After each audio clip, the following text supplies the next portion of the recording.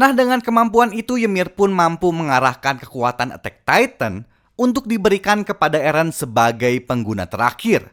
Atau bisa juga dibilang, Attack Titan memang Ymir rancang untuk diberikan kepada Eren. Nah, lalu pertanyaan baru pun muncul. Kenapa pewaris Attack Titan terakhir haruslah Eren? Kenapa bukan orang lain? Itu karena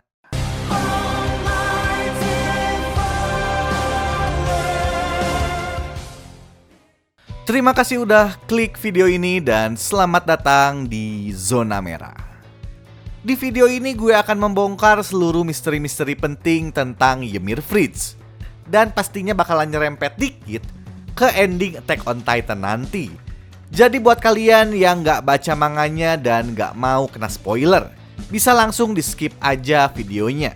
Oke, gak usah pakai lama lagi, kita langsung aja ke pembahasannya sekarang.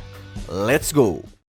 Ribuan tahun yang lalu sebelum adanya Titan di muka bumi, alias zaman primitif lah, keluarga Fritz sudah eksis sebagai penguasa dari sebuah suku kejam bernama suku Eldia.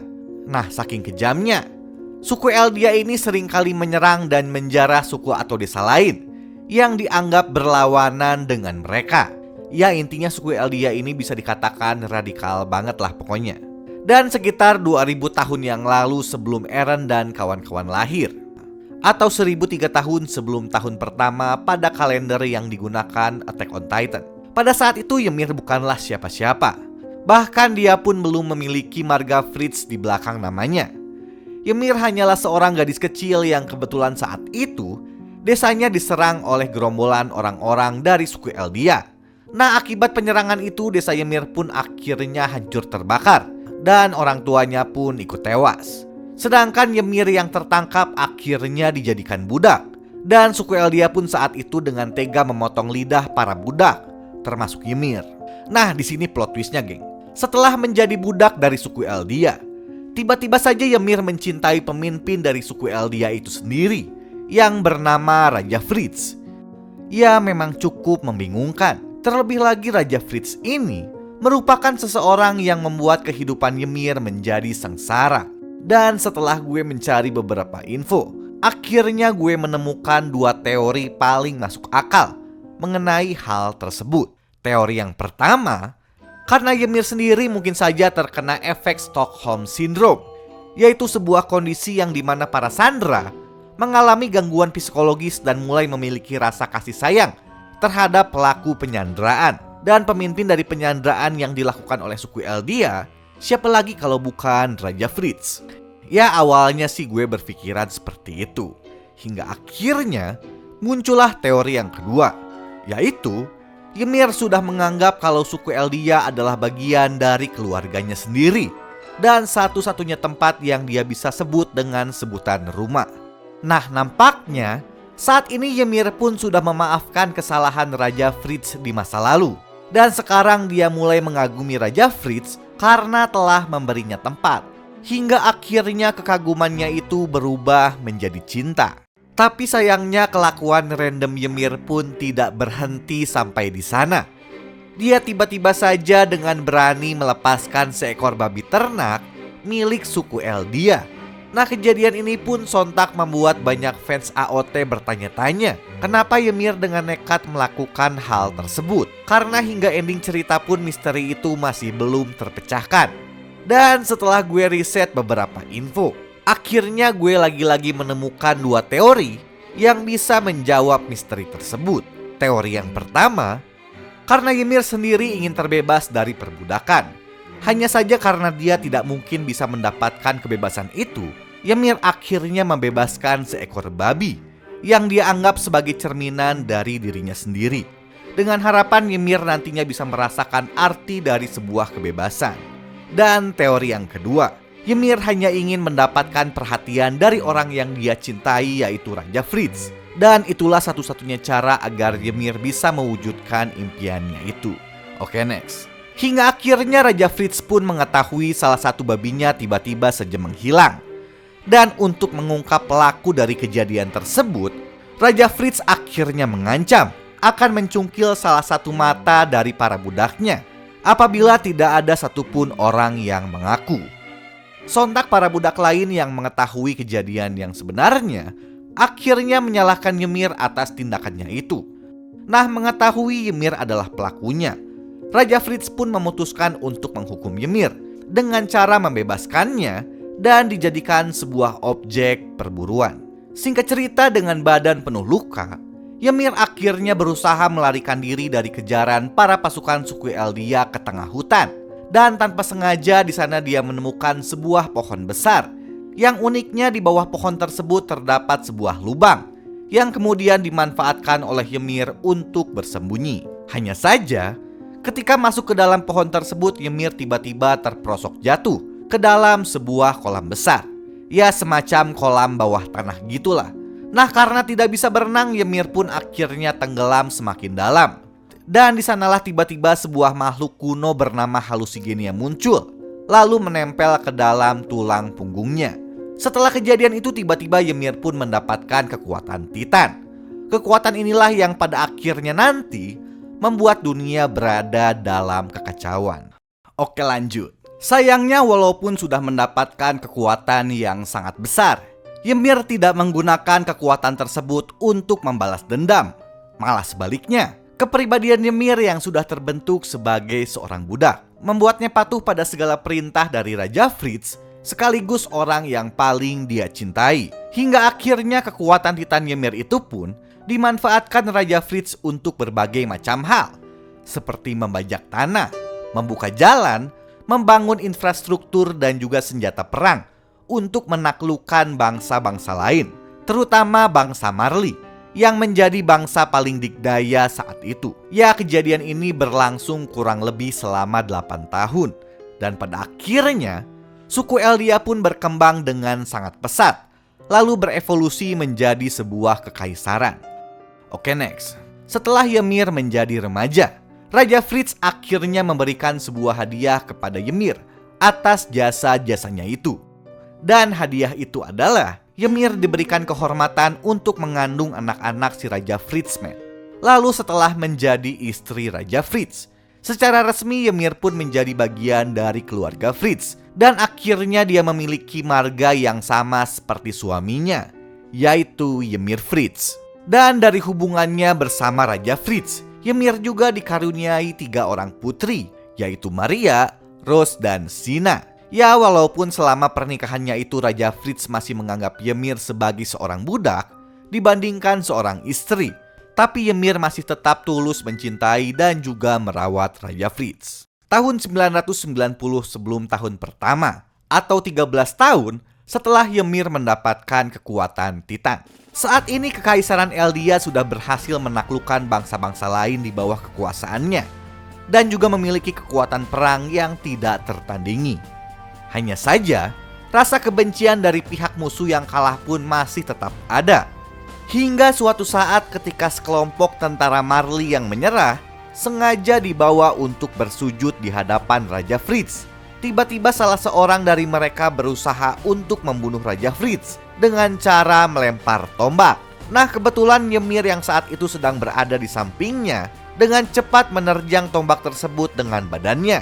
Hanya saja, karena kejadian itu Ymir pun tertusuk hingga akhirnya tewas. Nah, di sini masalahnya. Seperti yang kita tahu, Ymir ini jelas memiliki kekuatan beregenerasi. Lalu kenapa dia tidak menggunakan kekuatan tersebut? Nah, jadi gini masalahnya.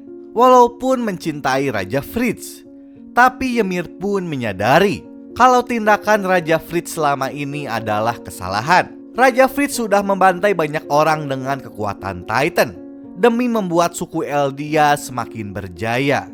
Ya, hanya untuk ambisinya semata lah. Hanya saja, Ymir tidak memiliki keberanian untuk menentang suaminya itu. Sehingga ketika tombak menusuk tubuhnya, Ymir memilih untuk mati dengan tujuan agar Raja Fritz tidak bisa menggunakan kekuatan Titan yang dimilikinya lagi. Tapi bukannya tewas, setelah itu jiwa Ymir tiba-tiba berada di sebuah tempat bernama Dunia Pet. Sedangkan Raja Fritz yang tidak ingin kehilangan kekuatan Titan Ymir akhirnya memerintahkan ketiga anaknya, yaitu Maria, Rose, dan Sina, untuk memakan tubuh Ymir hingga tidak bersisa Dan akibat kejadian itu mereka bertiga akhirnya mewarisi kekuatan Titan dan hidup dengan penuh penderitaan. Ya, inilah penyesalan terbesar Ymir yang dia lakukan semasa hidupnya. Karena tadinya saat seorang tentara Marley melemparkan tombak ke arah Raja Fritz, Ymir sebenarnya ingin membiarkan tombak tersebut menusuk Raja Fritz hingga akhirnya tewas. Karena dengan begitu dia pun akan terbebas dari perbudakan dan terus melanjutkan hidup bersama ketiga anaknya. Ya, hidup normal lah dengan bahagia. Hanya saja rasa cintanya yang besar kepada Raja Fritz membuat Ymir tidak bisa membiarkan suaminya itu tewas dan memilih untuk mengorbankan dirinya sendiri. Ya, intinya si Ymir memilih keputusan yang keliru demi cinta, dan karena itulah dia sangat menyesali keputusan tersebut. Oke, next. Gak lama setelah Ymir tewas, Raja Fritz pun akhirnya sakit parah. Hanya saja, walaupun sudah di akhir hayatnya, saat itu Raja Fritz yang masih tetap berambisi menjaga kekuatan Titan akhirnya meminta anak-anaknya Maria, Rose, dan Sina untuk terus mewarisi kekuatan tersebut pada para keturunannya. Dan seperti efek bola salju, nantinya garis keturunan Ymir atau yang sering disebut dengan sebutan subjek Ymir meluas hampir ke seluruh kekaisaran Eldia selama beberapa generasi. Ya, bisa dibilang ambisi si Raja Fritz ini bisa dikatakan sukses lah. Sedangkan di dunia pet sendiri, karena rasa cintanya yang besar kepada Raja Fritz, akhirnya Ymir pun mengikuti segala kehendak sang raja dan para keturunannya nanti, sambil menciptakan para Titan dari pasir, yang nantinya kejadian ini akan berlangsung selama ribuan tahun. Ya, intinya walaupun udah di dunia pet, si Ymir ini masih belum bisa melepaskan rasa cintanya kepada Fritz. Tapi walaupun begitu, rasa cintanya kepada Raja Fritz justru membuatnya sangat menderita. Dan jauh di dalam lubuk hatinya, Ymir sebenarnya ingin terbebas dari rasa cinta yang membelenggunya itu. Jadi inilah alasan kenapa Ymir lebih memilih Eren dibandingkan dengan kakaknya Zeke. Itu karena hanya Erenlah yang mengerti apa yang Ymir inginkan selama ini. Ymir hanya menginginkan sebuah kebebasan dari rasa sakit akan cintanya kepada Raja Fritz. Selain itu, Eren juga menyadari kalau Ymir ternyata sudah menunggunya selama 2000 tahun untuk tujuannya itu. Yang artinya, kedatangan Eren ke tempat tersebut sebenarnya sudah dirancang oleh Ymir sebelumnya. Oke, buat kalian yang masih bingung, gue jelasin lagi deh.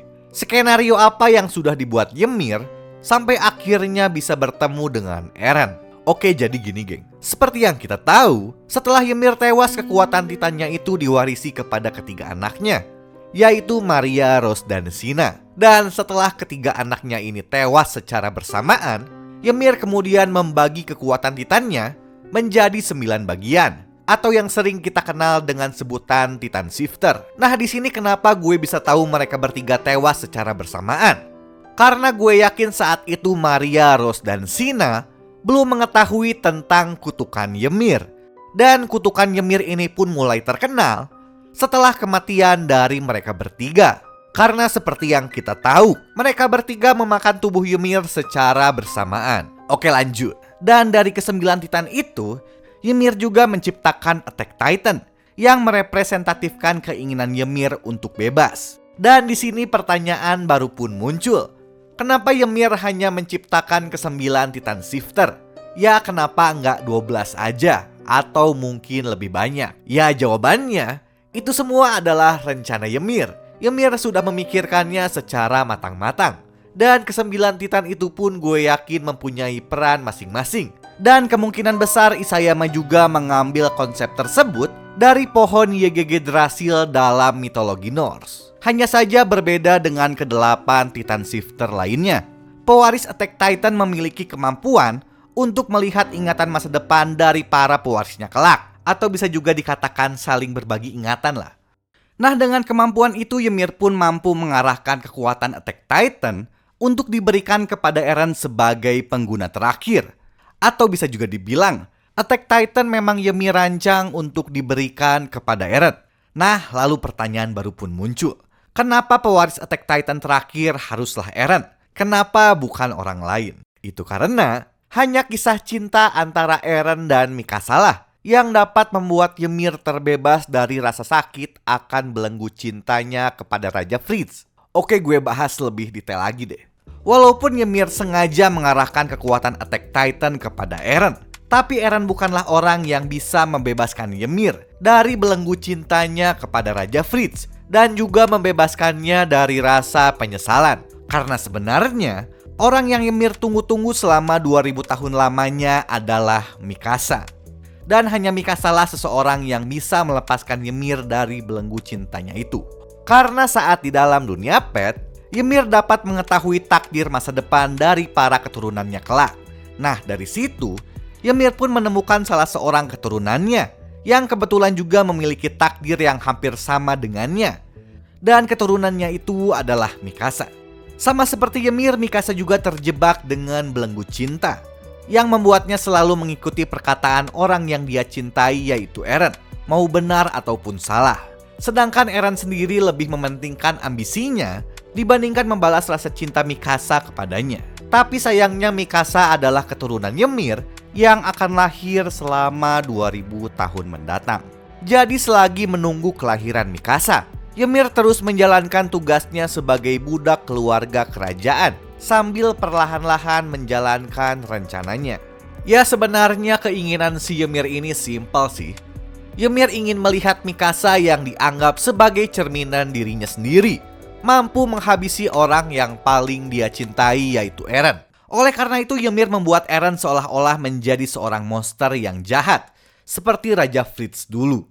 Seorang pria yang menggunakan kekuatan Titan dan membunuh banyak orang hanya untuk memenuhi ambisinya.